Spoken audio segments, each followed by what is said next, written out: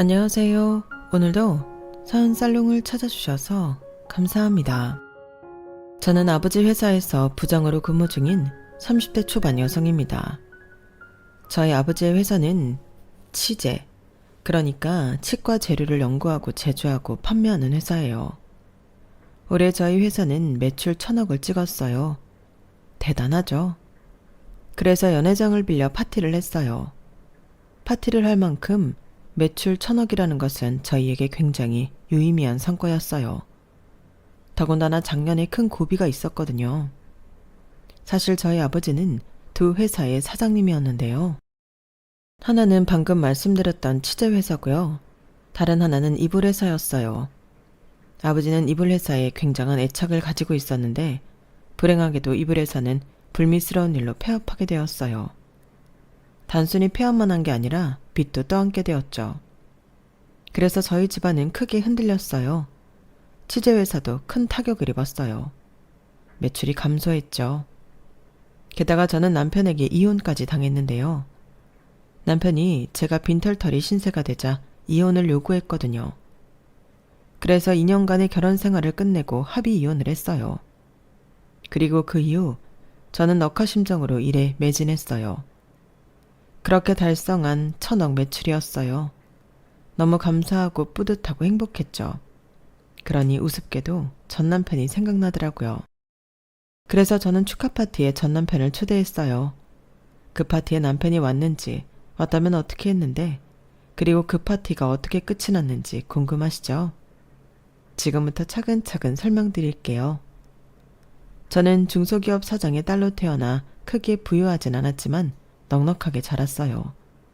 단 한 번도 먹고 싶은 걸 참은 적이 없고요. 하고 싶은 걸 못한 적도 없어요. 그리고 배우고 싶은 건 무조건 배웠죠. 그런 좋은 환경에 저는 머리도 똑똑했어요.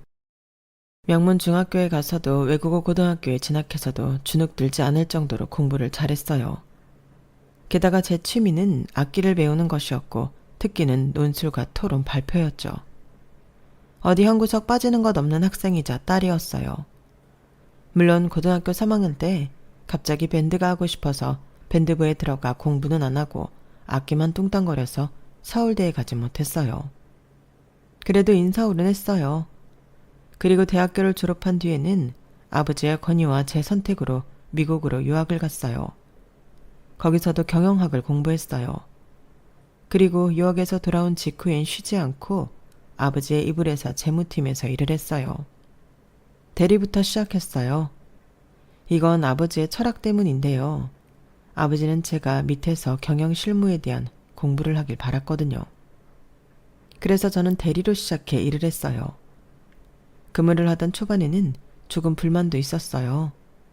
왜냐하면 아버지는 아니라고 했지만 다들 제가 아버지의 딸이라는 걸 알고 있었거든요.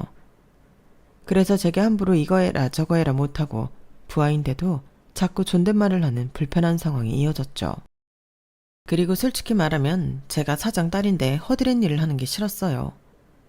처음에 회사에 입사하면 기본적인 것이라기보다는 보조적인 업무를 하게 되잖아요. 저는 메인이고 싶었어요. 그러다 보니 저에게 주어진 일이 너무 작고 하찮게 느껴졌어요. 그래서 하기 싫었어요. 하지만 저는 묵묵히 해나갔어요. 왜냐하면 저는 경영학을 배우며 사업이라는 것의 복잡성과 어려움을 알게 되었거든요. 그러니 수년간 직접 경영을 하는 아버지를 존경하게 될 수밖에 없었죠. 저는 그런 아버지에게 실망감을 안겨드리고 싶지 않았어요. 그리고 딸로서 경영학의 후배로서 아버지에게 인정받고 싶었어요. 그로써 저도 저만의 사업을 하고 싶었죠. 제 운명이 아버지의 사업을 물려받은 것일지라도 말이에요. 그럼 잠깐 아버지에 대한 이야기를 할까요? 저희 아버지가 이불회사를 차리게 된 계기에 대해 설명드릴게요. 저희 아버지와 이불과의 인연은 참 오래되었는데요. 왜냐하면 저희 친할머니가 이불가게 아들에게 시집을 왔거든요. 친할머니는 시집을 와서 이불가게에서 일을 했어요. 그리고 시어머니가 일찍 돌아가시고 이불가게를 완전히 물려받았죠. 그러니 아버지와 이불과의 인연은 태어나기 전부터 시작된 거예요. 아버지는 이불은 사람에게 없어서는 안 될 소중한 소품이라는 생각을 오래전부터 했어요. 그리고 이불을 완벽하게 대체할 수 있는 건 없다고 좋은 사업 아이템이라고 생각했어요. 그러던 어느 날 어떤 아주머니가 이런 말을 했어요. 이불이 참 굽고 좋은데 내가 저기 살아서 버스를 타야 해서 살 수가 없네. 그 순간 아버지는 할머니 가게에서 이불을 사면 이불을 배달해주는 서비스를 하기 시작했어요. 그리고 그 이야기를 듣고 이불을 사거나 더 사는 손님들이 많아졌죠. 그게 아버지와 이불의 상업적 관계의 시작이었어요. 그리고 아버지는 할머니의 이불 가게를 팔고 막노동을 해 돈을 모아서 이불 공장을 인수했어요. 그리고 10평짜리 사무실을 계약해 처음에는 동네에서 시작했어요. 우리가 직접 만들어 판다는 슬로건으로 장사를 했죠. 그때 아버지의 나이가 고작 29이었어요. 아버지는 저에게 종종 이불 사업을 처음 시작했을 때의 이야기를 해주는데 그때마다 저는 무섭지 않았냐고 물어요. 무섭지만 인생은 늘 도전이야. 머무르기만 하면 되는 게 하나도 없어. 그게 어쩌면 아버지의 좌우명일지도 모른다고 저는 생각해요.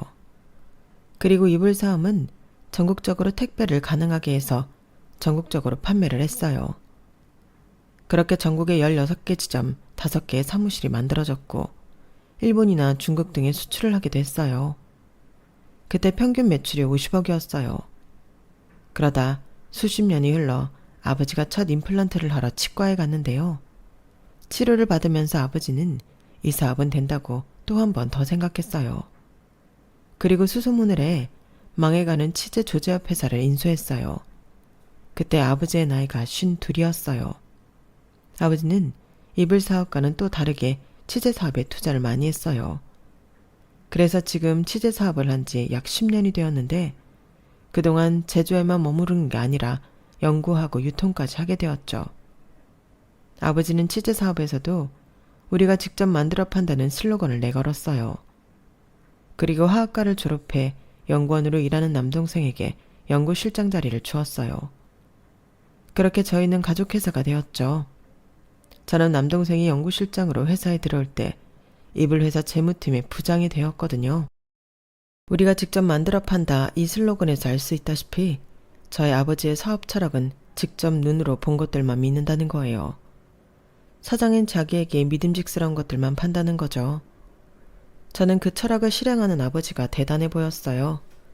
그래서 웬만해선 아버지의 의견을 따르는 편이에요. 물론 사업적으로 말이에요. 개인적인 일은 제 뜻으로 해결해요.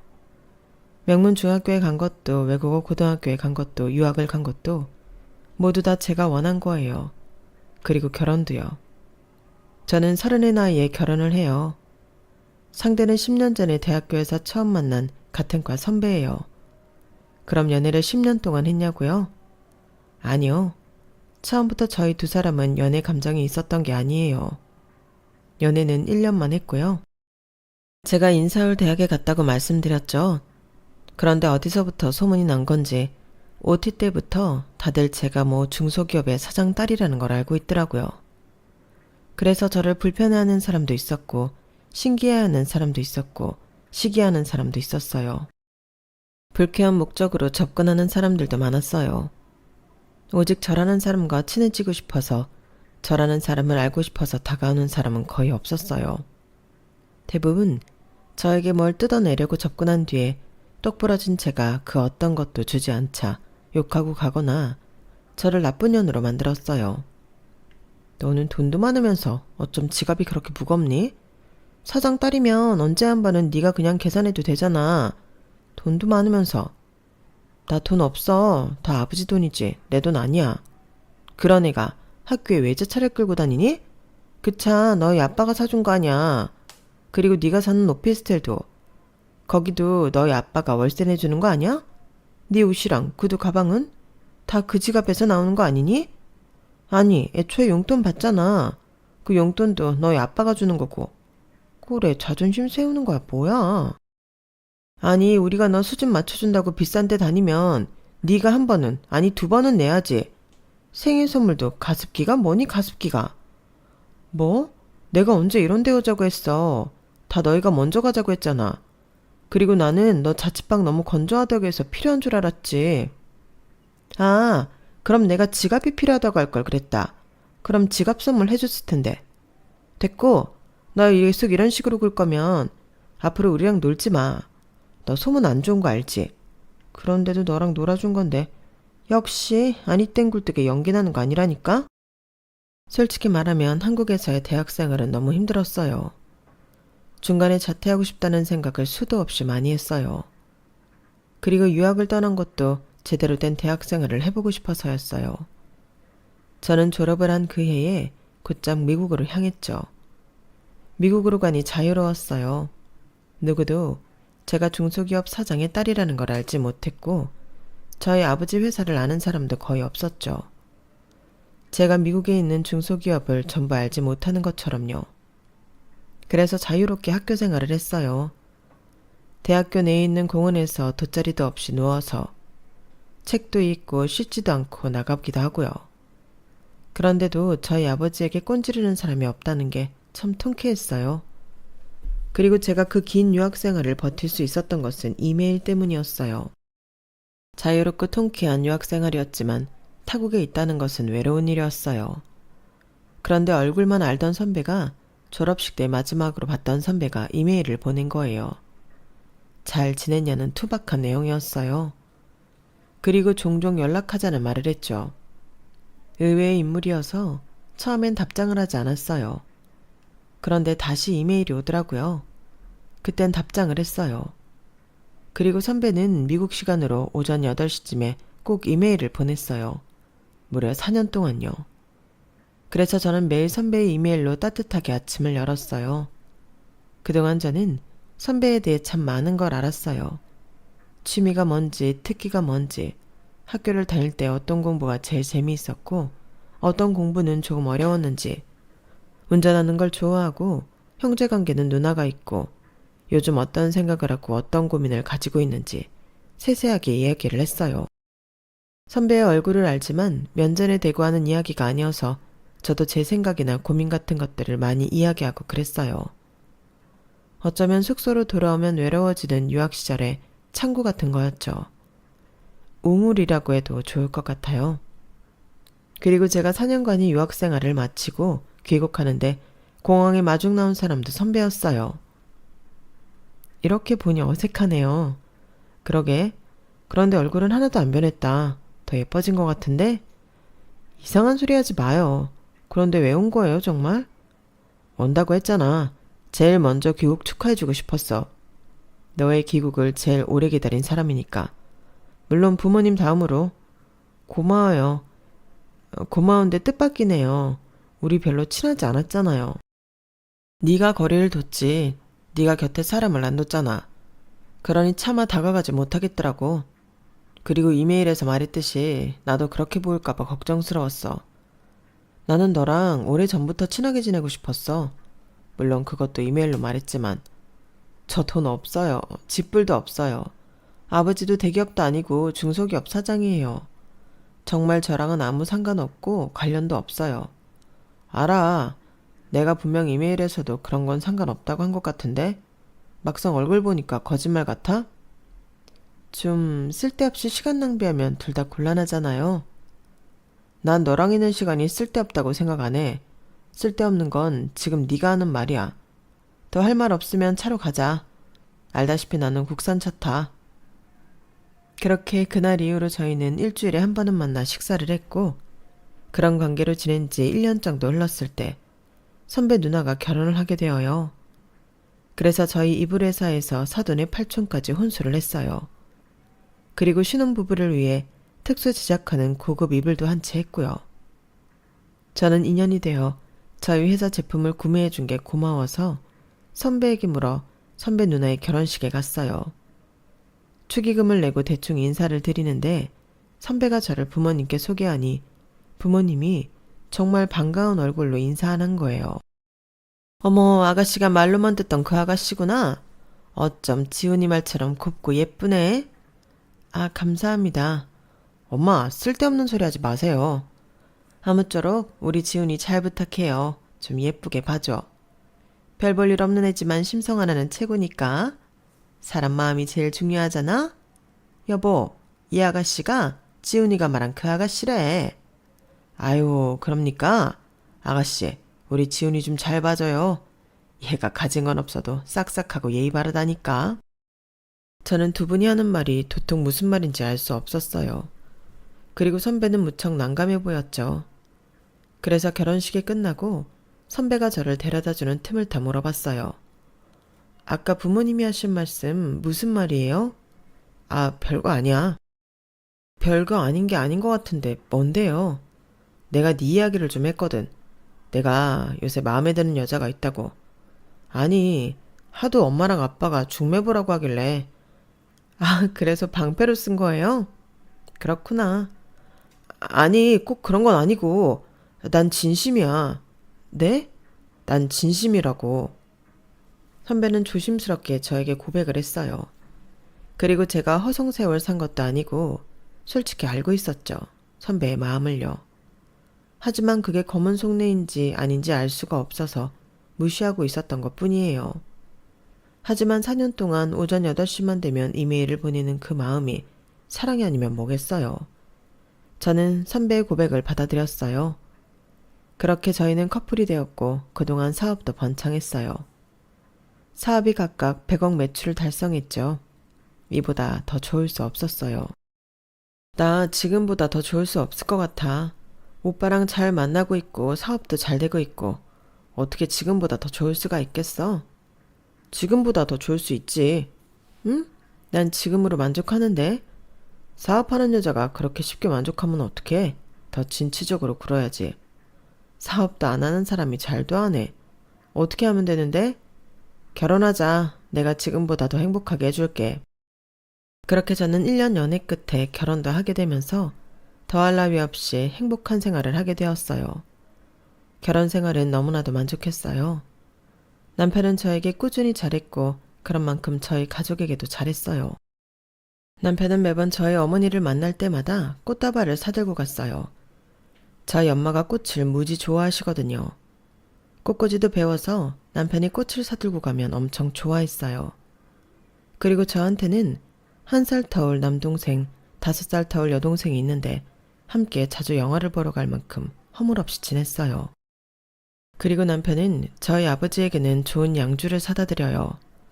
저희 아버지가 양주를 마시는 것도 좋아하지만 모으는 것도 좋아하거든요. 그래서 술은 잘 알지도 못하는 사람이 공부를 해서 좋은 양주를 사와요. 그걸 저도 아버지도 참 기특해 하고요. 그리고 남편이 진두지휘에서 가족여행을 간 적도 있어요. 사실 저희 가족에게 가족여행은 어렸을 때 일일 뿐이에요. 그것도 중학생이 되기 전까지의 일이었죠. 제가 그 말을 남편에게 하자 남편은 곧장 강릉의 풀빌라를 예약했어요. 그리고 떠났죠. 운전도 남편이 했어요. 아버지는 그 일도 참 고마워했어요. 이런 행복이 있는 줄 잊고 살았구나. 황서방, 참 고마워. 아닙니다. 제가 해야 할 일인데요. 앞으로 이렇게 행복하실 수 있게 노력하겠습니다. 내가 이렇게 많은 걸 받아도 되나? 황서방, 그 회사 언제까지 다닐 거야? 지금이라도 당장 사직서 내고 우리 회사로 들어와. 내가 큰 자리 하나 줄 테니까. 아유, 아버님 취하셨습니다. 제가 더 노력하고 더 멋진 사람이 되어서 가겠습니다. 그때 기회를 주세요.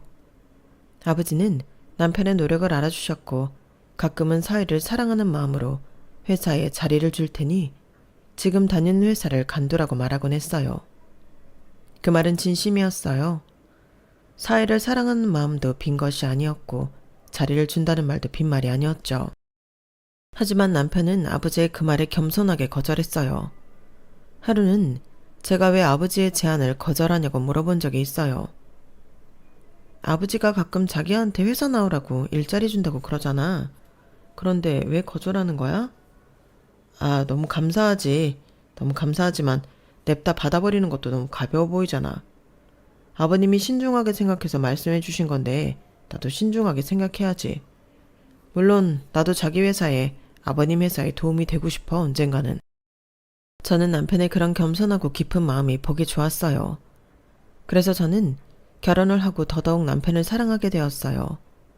그리고 남편이 이렇게 해주는 만큼 저도 시댁에 잘할 수밖에 없더라고요. 저는 시댁에 가면 굳은 일도 하고 지루하지만 법조계의 이야기도 재밌게 듣고 그랬어요. 저희 시아버지가 판사로 퇴직하셨거든요. 그리고 시어머니는 변호사로 근무하셨고요. 시누이는 대기업 법무팀에 다니고 있어요.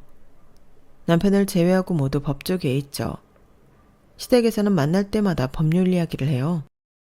남편을 제외한 시댁 식구들은 그런 이야기가 재밌나 봐요. 그럴 때면 저와 남편은 이야기에 집중하려고 온갖 애를 써요. 어떨 때는 허벅지를 꼬집을 때도 있다니까요. 그렇다고 제가 법률 이야기에 참여하기 위해서 법에 대해 공부할 수는 없었죠. 그럴 시간도 없었고요. 그래서 저는 선물 공세를 했어요. 시아버지에게는 명품 시계를, 시어머니에게는 명품 가방을, 시누이에게는 명품 목걸이를 선물했죠. 별건 아니고 제 마음이에요. 어머나 이런 거 필요 없는데 내가 변호사 일하면서도 이런 거엔 관심이 없어서. 그래도 비싸지? 앞으로 이런 거 사오지 않아도 돼. 나는 네가 우리 지훈이랑 살아주는 것만으로도 감사하다. 에이 어머님 그런 말이 어딨어요. 저희 둘이 좋아서 같이 사는 거죠. 그러니까 가진 것도 없고 별 볼 일 없는 우리 아들이랑 살아주는 게 얼마나 고마워. 그러니까 앞으로 이런 거 사오지 않아도 돼. 그리고 굳이 우리 집 가지 않아도 되고 명절에만 보면 되지. 안 그러니? 물론 남편의 요구로 명절에만 시댁에 가는 것은 무산되었지만 저는 제 결혼 생활에 시댁 생활에 크게 불만이 없었어요. 만족하면서 지냈죠. 하지만 그게 태풍이 오기 전에 정막이었을까요? 제 생활에 큰 태풍이 불어요. 가끔 이불 회사에서 가렵다는 컴플레인이 들어왔는데요. 저희 회사는 피부에 따라 다르게 느낄 수 있다는 답변과 함께 환불을 진행했어요. 그런데 비슷한 컴플레인이 들어오는 횟수가 잦아졌어요. 그래서 저는 대대적으로 공장 검사에 들어갔어요. 그러니 공장 청결도 문제가 있고 진드기와 알레르기 유발 성분이 검출되었어요. 확인 후 저희는 공장에 있던 모든 제품들을 폐기하고 공장 청소를 진행했어요. 그리고 공장장을 해고시켰죠.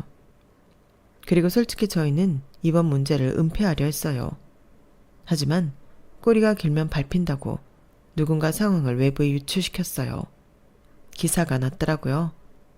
그래서 저희 회사를 불매하는 운동이 벌어졌어요. 게다가 직원들이 파업을 하기 시작했어요. 노조가 들고 일어났죠. 사유는 상무로 있는 저희 어머니의 갑질이었어요. 알고 보니 저희 어머니는 직원들에게 커피 심부름은 기본이고 친구들을 불러 점심을 먹는데 점심을 사오라고 시키고 엉망으로 해놓은 테이블을 치우라고 하고 심지어 담배도 사오라고 했어요. 그리고 젊고 예쁜 직원들을 시기하고 질투했죠. 특히나 저희 아버지 비서에게 그랬어요. 매일 비서실로 찾아가 사장님한테 사근사근하게 말하지 말라. 쓸데없이 웃지 마라 명령을 하고 복장관리도 했어요. 그리고 시도 때도 없이 비서에게 연락을 해 귀찮게 하고 욕설을 하기도 했죠. 그래서 비서가 여러 번 바뀌었어요. 그런데 그 녹음본들을 모든 비서들이 가지고 있더라고요. 비서들과 일부 여직원이 상무인 저희 어머니를 직장 갑질로 고소하려고 했어요. 저는 상황을 해결하기 위해 매일 새벽에 출근해 불매운동을 잠재우려고 애쓰고 노조를 학은 직원들과 고소를 하려는 직원들을 찾아가 고개 숙여 사과했어요. 그러니 한 달 만에 3kg가 빠지더라고요. 그런데도 상황은 쉽게 해결되지 않았어요. 결국 아버지는 이불 회사를 폐업하기로 결정했어요. 폐업 후 어머니에게 크게 실망한 아버지는 어머니와 이혼하기 위해 소송을 했고요. 저는 취재회사 재무팀의 부장이 되었어요. 그럼 원래 있던 재무팀의 부장은 잘렸냐고요? 아니요. 이불 회사가 폐업하고 저희 회사에 비전이 없다고 판단한 많은 직원들이 이직하고 퇴사를 했어요. 그래서 빈자리가 많았어요. 재무팀 부장 자리도 마찬가지고요. 그래서 제가 이직하는 데에는 문제는 없었어요. 다만 회사 분위기에 문제가 많았죠. 이불 회사가 망하니 취재회사도 흔들리더라고요. 아까 말씀드렸듯 직원이 대거 이탈한 것도 그렇고 매출은 말할 것도 없고요. 투자자들도 많이 빠져나갔어요. 저는 회사의 균형을 잡기 위해 바로 세우기에 노력했어요. 그리고 제가 용기를 잃지 않은 이유는 황폐한 상황에서도 포기하지 않고 웃음을 잃지 않는 아버지 덕분이었어요. 아버지는 이혼 소송 중에도 매일 출근을 했고 혼자 사장실에 있을 때는 어떨지 모르겠지만 늘 웃었어요. 아버지, 괜찮으세요? 괜찮아야지. 내가 흔들리면 회사 자체가 흔들리는 거다. 우리 일어설 수 있어. 회복할 수 있다. 나는 우리 직원들을 믿고 너도 믿고 성준이도 믿어. 이것도 못 이겨내면 사업가라고 할 수 있겠니? 그러니까 우리 잘해보자. 저는 아버지를 믿고 눈앞에 있는 것들을 정말 아수라장이 된 눈앞의 것들을 하나씩 처리했어요. 그런데 제 마음을 흔드는 것은 따로 있었어요. 바로 남편이요. 이불 회사가 폐업한다는 소식이 기사로 퍼지면서 남편에게 전화가 왔어요. 자기야, 정말 자기 회사, 아니 아버님 회사 문 닫는 거야? 그럼 어떻게 되는 거야? 취재 회사는? 거긴 안전한 거야? 대체 어떻게 일을 처리했길래 일이 이렇게 돼? 문제가 너무 커서 해결하려면 그 방법밖에 없었어. 취재 회사는 조금 흔들리긴 하는데 방법이 있을 거야. 뭐? 흔들려? 기사 보니까 취재 회사 매출도 많이 떨어지고 투자자들도 등 돌렸다던데 회복할 수 있는 문제 맞아? 회복할 수 있어. 아버지랑 성준이랑 같이 이겨낼 수 있어. 구체적인 방법이 뭔데? 말해봐. 구체적인 방법은 아직 없지만 앞으로 나아가다 보면 길이 있을 거야. 무슨 그런 뚱딴지 같은 소리가 어딨어. 자기 사업하는 사람 맞아? 그런 뜬구름 잡는 소리를 하면서 어떻게 사업을 해. 정신 차려. 지금 너 완전 거지될 수도 있다고. 자기야, 아무리 그래도 그렇게 말하는 게 어딨어.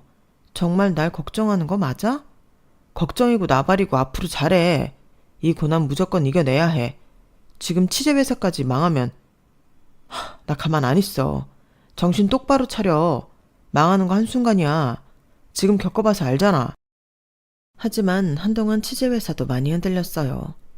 저희 부부는 돈 관리를 따로 했는데 남편은 이불 회사가 망한 뒤로 매달 자기에게 수입을 공개하라고 했어요. 그리고 매달 떨어지는 수입을 보며 한숨을 쉬더니 언제부터는 집에 잘 들어오지 않더라고요. 전화를 하면 회식이 늦어서 밖에서 잔다. 저를 만나면서 단 한 번도 출장이 없었는데 출장이 있다고 말도 안 되는 말을 했어요. 그러더니 집에 들어올 때는 보란듯이 거실에서 자더라고요. 그리고 결혼 생활하면서 매일 저녁을 함께 했는데 혼자 먹고 들어오거나 제가 먹은 뒤에 먹었어요. 그리고 제 수입을 확인하지 않았어요. 그때부터 저와 말을 하지 않기 시작했고요. 저는 생지옥을 걷는 기분이었어요. 결국 참다 못한 저는 남편에게 울면서 호소를 했어요. 대체 왜 이러는 거야? 사람 말라 죽이려고 하는 것도 아니고 차라리 말을 해. 제가 그렇게 말하며 울자 남편은 차갑게 웃었어요. 그러면서 집을 나가려고 했죠. 저는 오늘은 안 되겠다 싶어서 남편을 잡았어요. 조금 몸싸움을 했어요. 그러다 결국 남편이 저를 밀쳐서 제가 넘어졌고 남편은 10원짜리 욕을 했어요. 아, 이럴 줄 알았으면 결혼 안 했지. 그게 무슨 소리야? 당신 미쳤어? 적당히 해. 나도 많이 참고 있으니까. 너 이렇게 쫄딱 망하고 나서부터 우리 집에서 나 다시 개무시당한 건 아냐? 집 비밀번호도 바꿨더라. 내가 돈이라도 달라고 할 줄 아는 건지. 그건 또 무슨 소리야. 알아듣게 이야기해. 나 지금 당신 말 하나도 못 알아듣겠어. 순진한 척 내숭 부리지 마. 우리 집에서 나 무시하는 거 네가 몰랐다고? 맨날 가진 것도 없고 보잘것없는 아들이라고 하는데 그걸 몰랐다고? 언제 한번 우리 엄마 아빠가 나보고 우리 아들이라고 부르는 거 봤어? 장인어른은 맨날 그러잖아. 우리 딸, 우리 아들. 그런데 우리 엄마 아빠는 안 그래. 단 한 번도 나를 그렇게 부른 적이 없다고. 아, 그래 한 번 있었다. 내가 너랑 결혼할 것 같다고 말했을 때 그때 한 번 우리 아들 장하다 그랬어. 들어보니 남편은 가족 중에서 유일하게 법조계 일을 하지 못한 미운오리 새끼였어요. 특히나 어릴 때부터 공부를 잘하고 영특했던 누나와 비교를 많이 당했죠. 신위는 어릴 때부터 영재였어요. 그리고 명문학교를 다녔고 서울대를 나왔죠. 사실 시댁 식구들 중에 서울대를 못 나온 건 남편뿐이에요. 남편은 그때 재수하겠다고, 재수해서 서울대 가겠다고 했는데 시부모님이 그럴 필요 없다고, 넌 못할 거라고 했어요. 그래서 남편은 좌절하고 군대에 갔는데 입대할 때 아무도 같이 가지 않았어요. 남편은 휴가 나와도 갈 데가 없어서 휴가를 쓰지 않고 모아 일찍 제대했어요. 집에 가니 시부모님에게 어쩐 일이냐는 소리를 들었죠. 그리고 가족여행도 남편만 쏙 빼먹고 간 적도 있고요. 어디 가서 시부모님은 간혹 외동딸만 있다고 했어요. 남편은 지독한 차별 대우를 받으며 살았어요. 그래요, 그건 알겠어요. 그런데 지금 남편이 하는 말은 저랑 결혼한 이유가 부모님에게 인정받기 위해서라는 거잖아요. 제가 사장의 딸이니까요. 저는 어안이 벙벙했어요. 지금 나랑 결혼한 이유가 돈 때문이라는 거야? 내가 좀비처럼 대학 다니다가 주변에서 네가 사장 딸이라는 이야기를 듣자마자 할렐루야를 외쳤어. 내가 내 동아줄이었다고. 그런데 썩은 동아줄이었네? 완전히 똥 밟은 거지. 네가 사람이니? 네가 그런 이야기를 하고도 사람이야? 어쩜 사람이 이렇게 못됐어? 어떻게 그런 말을 해? 나는 너 때문에 다시 지옥 불구덩이에 들어가게 생겼는데 뭔 말을 못해. 이혼해. 내가 봤을 때 니네 가족 이제 손가락 빨면서 지내야 돼. 회생 가능성 없어. 이혼? 지금 말 다 했어? 자기야, 왜 그래? 나 지금 너무 혼란스러워. 그럼 모든 게 다 거짓말이었다는 거야? 오전 8시마다 이메일 보낸 거며 우리 가족한테 잘한 거며 자기가 나한테 한 말들, 행동들 다 거짓말이었다는 거야? 사람이 절박해지면 뭐든 해. 그러게 되어 있어. 뭐 그래도 내가 내 사정 고려해서 이혼 소송은 안 할게. 합의서 보낼 테니까 작성해서 보내. 그게 남편과 이혼하기 전에 나눈 마지막 대화예요. 그날 이후로 저희는 만난 적이 없어요. 그렇게 저는 이혼녀가 되었어요.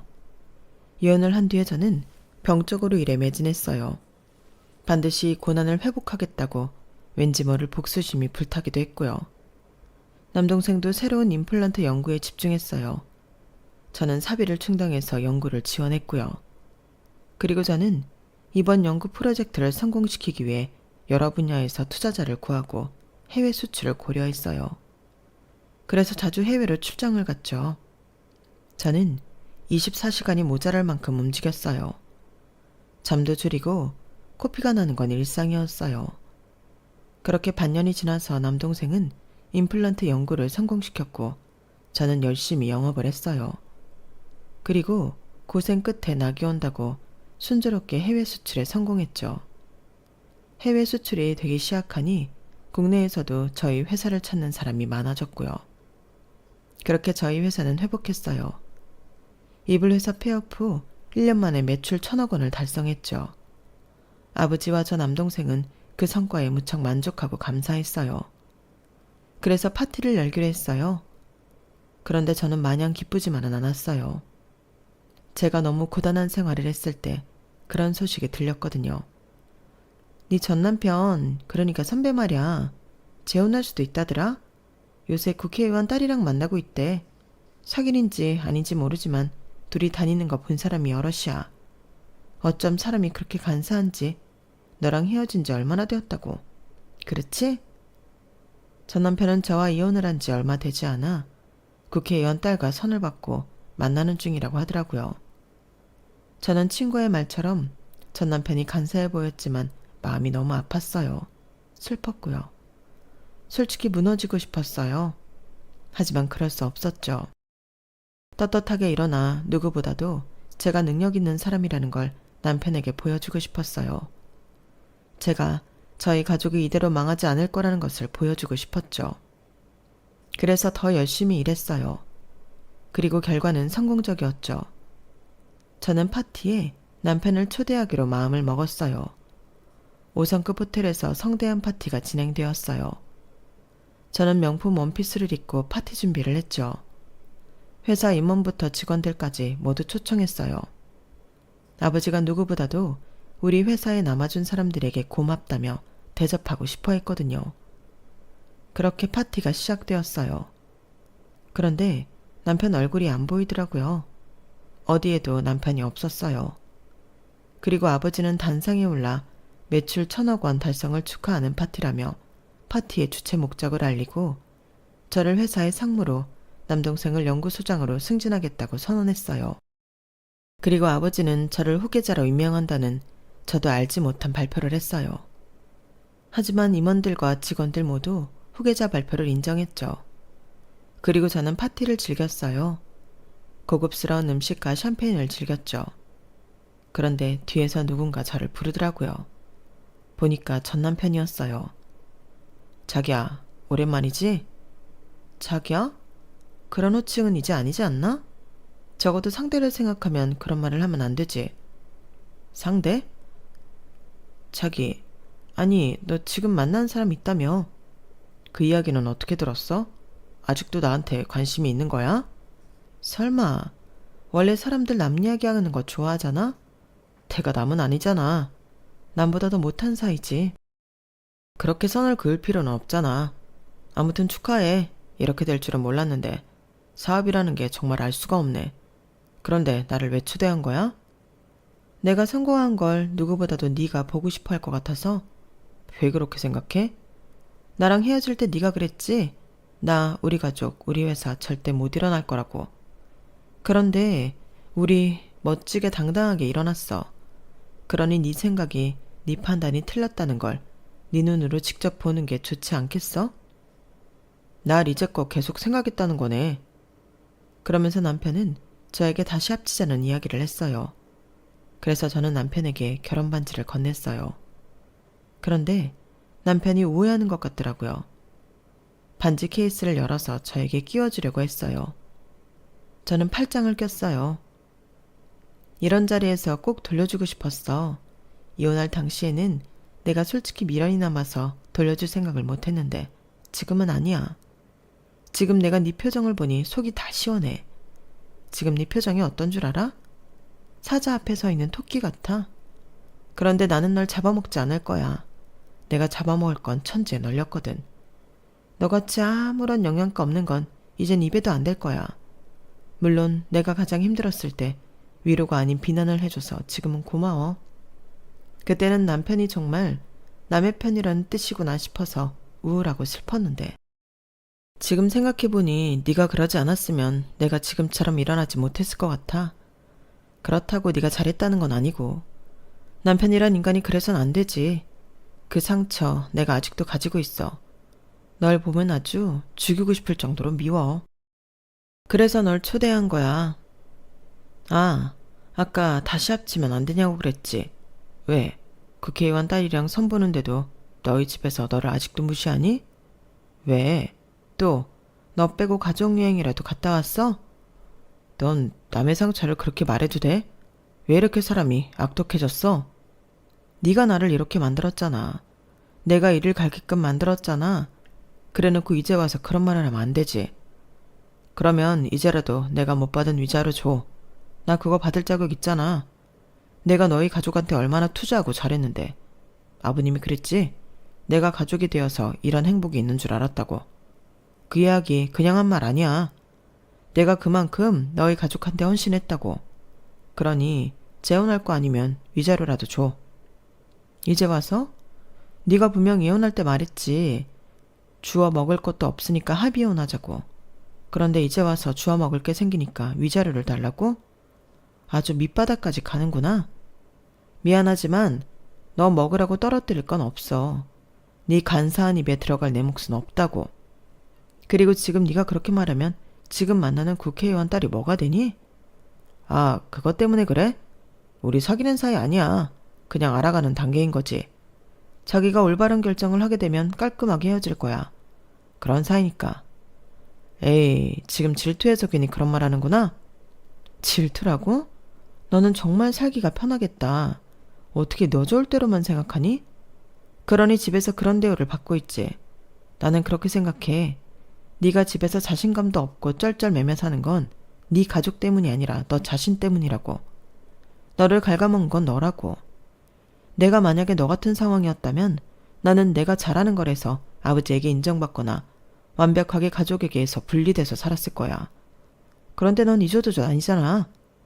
잘하는 걸 갈고 닦지도 않았고 가족을 버리지도 않았잖아. 왜 안 버렸을까? 그토록 너의 발목을 잡았던 법조계라는 타이틀이 너에게 도움이 되었으니까 그랬던 거 아니겠어? 너는 평생 그렇게 살 거야. 평생 찌질이처럼 살 거라고. 뭐 저리 같은 놈. 네가 평생 애써봐라. 내 발끝이라도 닿겠니? 그렇게 말해서 후회 안 하겠어? 너 같은 걸 사랑해주는 사람이 얼마나 될 것 같아?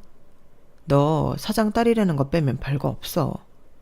그런 너를 내가 사랑해줬는데 지금도 다시 기회를 준다는데 감사하게 생각해야지. 감사라. 그래, 이제껏 10년 동안 날 사랑하는 척하느라 고생 많았어. 그 말은 해줄 수 있겠다. 잠시였지만 그때 행복했으니까. 그런데 다 거짓말이잖아.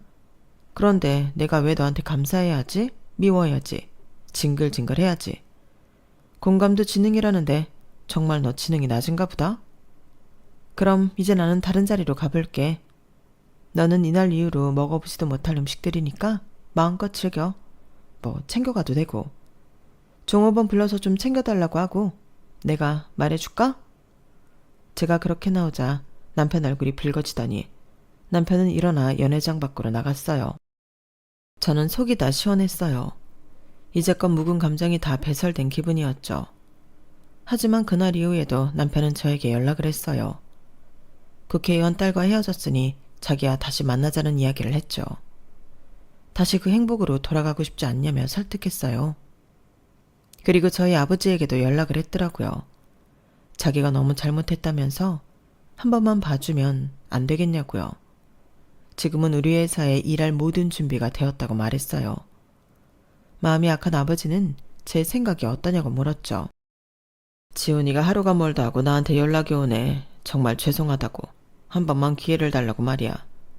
그래서 그런데 너는 무슨 생각이니? 지훈이에 대한 마음은 어떤데?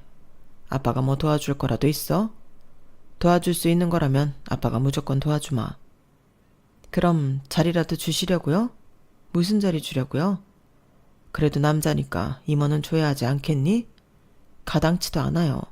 임원 자리에 그 인간을 앉힌다는 거 말이에요. 제 생각은 똑같아요.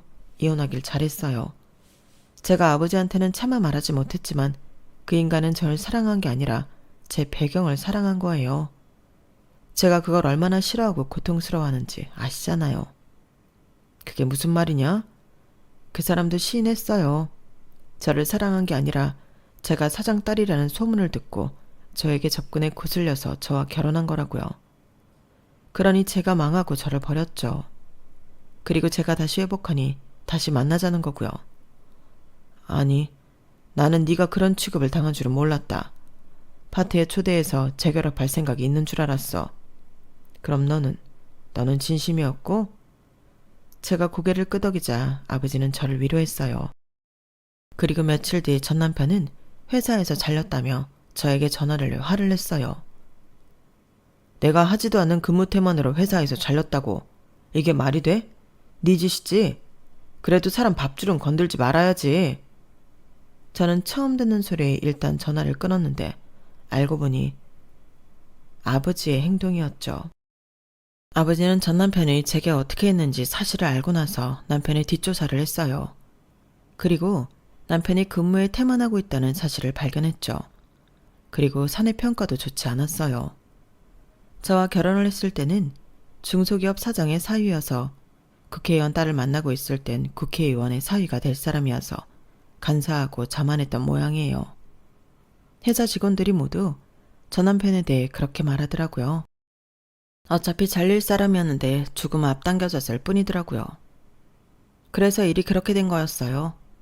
하지만 저는 이 사실을 전 남편에게 알리지 않았고 후계자가 되기 위해 열심히 일을 했어요. 제가 열심히 한 만큼 회사는 점점 더 성장했어요. 그리고 아버지는 애정하던 이불 사업을 다시 시작했어요. 기자를 만나 사과의 메시지를 고객들에게 전했죠. 반응이 나쁘지 않았어요. 그리고 들려오는 소문에 의하면 사람도 잃고 회사도 잘린 전 남편은 매일 술집에 혼자 있다고 해요. 그럴 시간이 없을 텐데, 정신 차려야 할 텐데 그런 생각이 들다가도 쌤통이다 싶기도 해요. 여기까지가 제 사연입니다.